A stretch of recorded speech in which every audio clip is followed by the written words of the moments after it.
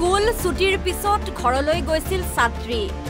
কিন্তু চাবি বিচাৰি ছাত্ৰীগৰাকীক পুনৰ মাতি পঠিয়াইছিল বিজ্ঞান ছাৰে সেই সময়ত স্কুলত বিজ্ঞান ছাৰ অকলে আছিল 4 তাৰিখে স্কুল ছুটিৰ পিছত হেড ছাৰো গৈছে মানে এফেৰিয়ান মেটেৰিয়েলছ আনিবলৈ আৰু যোৱাৰ পিছত তাৰমানে স্কুল ছুটি দিছে ছাৰে তেৱে আছিল অকলে তাৰপিছত স্কুল ছুটি দিয়াৰ পিছত তাইও গৈছিলে বোলে ঘৰত শুনামতে তাৰপিছত তাই আৰু কিবা কাষৰ ছোৱালী এজনী মাতা বুলি কৈ আহিছিল আহোঁতে ছাৰে বোলে ক'লে যে মোক সৰু ৰুমৰ পাছৰ চাবিপাত দেখাই দি আছোঁ আৰু ছাত্ৰীগৰাকীৰ সৈতে ছাৰে সংঘটিত কৰিলে লজ্জাজনক কাণ্ড এইজন বিজ্ঞান ছাৰ সফিজুল হুছেইন এনেই ছাৰক বাবুল বুলিয়ে মাতে বৰপেটাৰ ৰূপসী শিক্ষাখণ্ডৰ অন্তৰ্গত এখন বিদ্যালয়ত ছাৰ কৰ্মৰত সফিজুল ছাৰৰ অৱসৰ ল'বলৈ মাত্ৰ এবছৰহে বাকী মানে বিজ্ঞান ছাৰৰ বয়স 59 বছৰ কিন্তু বয়স ভাতি দিয়া ছাৰক যেন যৌৱনে আমনি কৰিছে সেয়েহে অকলশৰীয়া ছাত্ৰী দেখি ছাৰ ৰবই নোৱাৰিলে পিছে বিজ্ঞান ছাৰৰ দিন বেয়া আছিল ভুক্তভোগী ছাত্ৰীয়ে কৈ দিলে সকলো আৰু অৱসৰ লৈ ধৰ্মকৰ্ম কৰাৰ সময়ত এতিয়া ছাৰে জেলত ভাত খাব লাগিব কাৰণ সৰভোগ থানাই ছাৰৰ বিৰুদ্ধে পক্সো আইনৰ অধীনত ৰুজু কৰিছে গোচৰ তাৰমানে যোৱা ফেব্ৰুৱাৰী তাৰিখে তাৰমানে ঘটনাটো ঘটিছিল আৰু মই কালি 5 তাৰিখে গম পাইছোঁ তাৰ মই ৰাতিপুৱা স্কুল অহাৰ পিছত কেইজনমান ছোৱালী আহি বাইদেউ মোৰ আগত কয় আৰু বাইদেউ এনেকুৱা এটা ঘটনা ঘটিছে আপুনি কিবা গম পায় নেকি মইতো কালি ছুটিত আছোঁ মই গম পোৱা নাই তাৰপিছত তাহাঁতক যি বাইদেউ এনে ঘটনা আমাৰ লগৰে ছাৰে তাৰমানে বিজ্ঞান শিক্ষক ছাৰে মাতি নি এনেকুৱা কৰিছে বিজ্ঞান তেওঁ ছায়েন্সৰ টিচাৰ আছিল সফিজুল হুছেইন আমাৰ লগত এনে ঠিকেই আছে তেওঁ আমাৰ লগত কোনো এনে বেয়া ধৰণৰ ব্যৱহাৰ কৰা নাই আৰু ল'ৰা ছোৱালীখিনি অলপ কিছুমান টিচাৰক অলপ বেছি ভাল পায় বা অলপ ফূৰ্তি তামচা কৰে কাৰণে তেওঁৰ লগত অলপ বেছি মিলিজুলি কৰে আৰু কিছুমানৰ লগত হয়তো অলপমান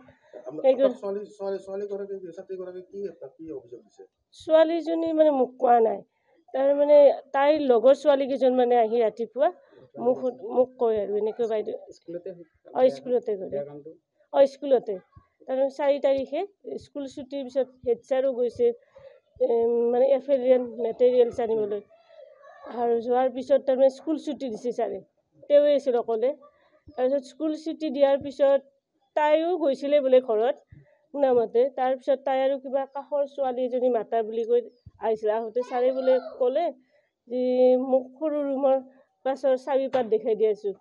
তাই চাবিপাত দেখাই দিয়াৰ পিছতে সেই ঘটনাটো হোৱা বুলি কয় তেওঁৰ 59 মান হৈছে তাৰমানে 26 মাৰ্চত দ্বিতীয় আৰম্ভটো আহিছে বিহু ছাৰ আহিল আমাৰ ব্লক অফিচৰ পৰা আৰু MIS ছাৰো আহিছে শুনামতে তেওঁক ৰাতি এৰেষ্ট কৰা বুলি শুনিছোঁ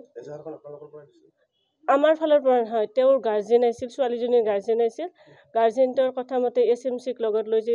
SMCত নহ'ব আমি থানাত এজাহাৰ দিম সেইবুলি সেই মৰ্মে কালি থানাত এজাহাৰ দিয়া হয় সৰভোগ থানাত আমি ন্যায় বিচাৰোঁ এনেকুৱা যাতে ভৱিষ্যতে কোনো ছাত্ৰ ছাত্ৰীৰ লগত নহয় সেইটোৱে এইটো কলুষিত হৈছেতো এতিয়া অকল তেওঁ বুলি নহয় শিক্ষক বুলি ক'লেতো আমাৰ গাতো পৰে এইটো এতিয়া সকলোৱে গম পাইছে এতিয়া সকলোৰে মুখত এই কথাটো সফিজুল হুছেইন কঠোৰ বিচাৰোঁ তেওঁ আৰু ছোৱালীটোৰ ভৱিষ্যত কণমানি ছোৱালী আমিও আমাৰ ছোৱালীক তাই বয়স প্ৰায় 13 মান বছৰ হ'ব ক্লাছ 7ত পঢ়ে ঘটনা হয় আজি আমি যিটো কথা শুনিলোঁ এজন 59 আপোনাৰ যিটো বয়সৰ এজন মানে জ্যেষ্ঠ ব্যক্তি আৰু তেওঁ শুনিবলৈ পোৱা মতে এজন শিক্ষকতা কৰে আৰু সেই শিক্ষকজনে এজনী ছাত্ৰীৰ লগত এনেকুৱা জঘন্য কাণ্ড কৰিছে শুনি আমি খুব মনত দুখ পাইছোঁ আৰু লগতে এনেকুৱা এটা যিটো গুৰু শিষ্যৰ সম্পৰ্ক সেই সম্পৰ্কটো নষ্ট কৰিছে তেওঁ আমি জনামতে কি বিচাৰে আমি বিচাৰোঁ যে কঠোৰতম তেওঁ যাতে শাস্তি পায় আৰু এই কাণ্ড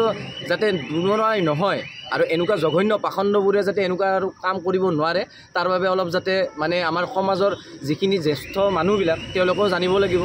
শিক্ষা পাব লাগিব আৰু তেওঁলোকে যাতে সেই শিক্ষাখিনিৰ জৰিয়তে এনেকুৱা কাম আৰু পুনৰাই নহয় তাৰ কাৰণে আৰু চকু দিব লাগে এটা গুৰু শিষ্যৰ যিটো এটা সম্পৰ্ক সেই সম্পৰ্কত কালিমা সানিলে বুলি হয় অভিয়াছলি কালিমা সানিছে কাৰণ যিহেতু এজন গুৰু আৰু শিষ্যৰ এটা নৈতিকতাৰ বাবে এটা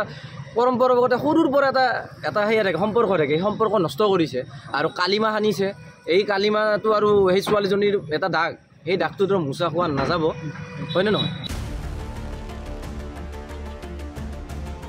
বৰপেটাৰ পৰা অৰূপ দাসৰ ৰিপৰ্ট NB নিউজ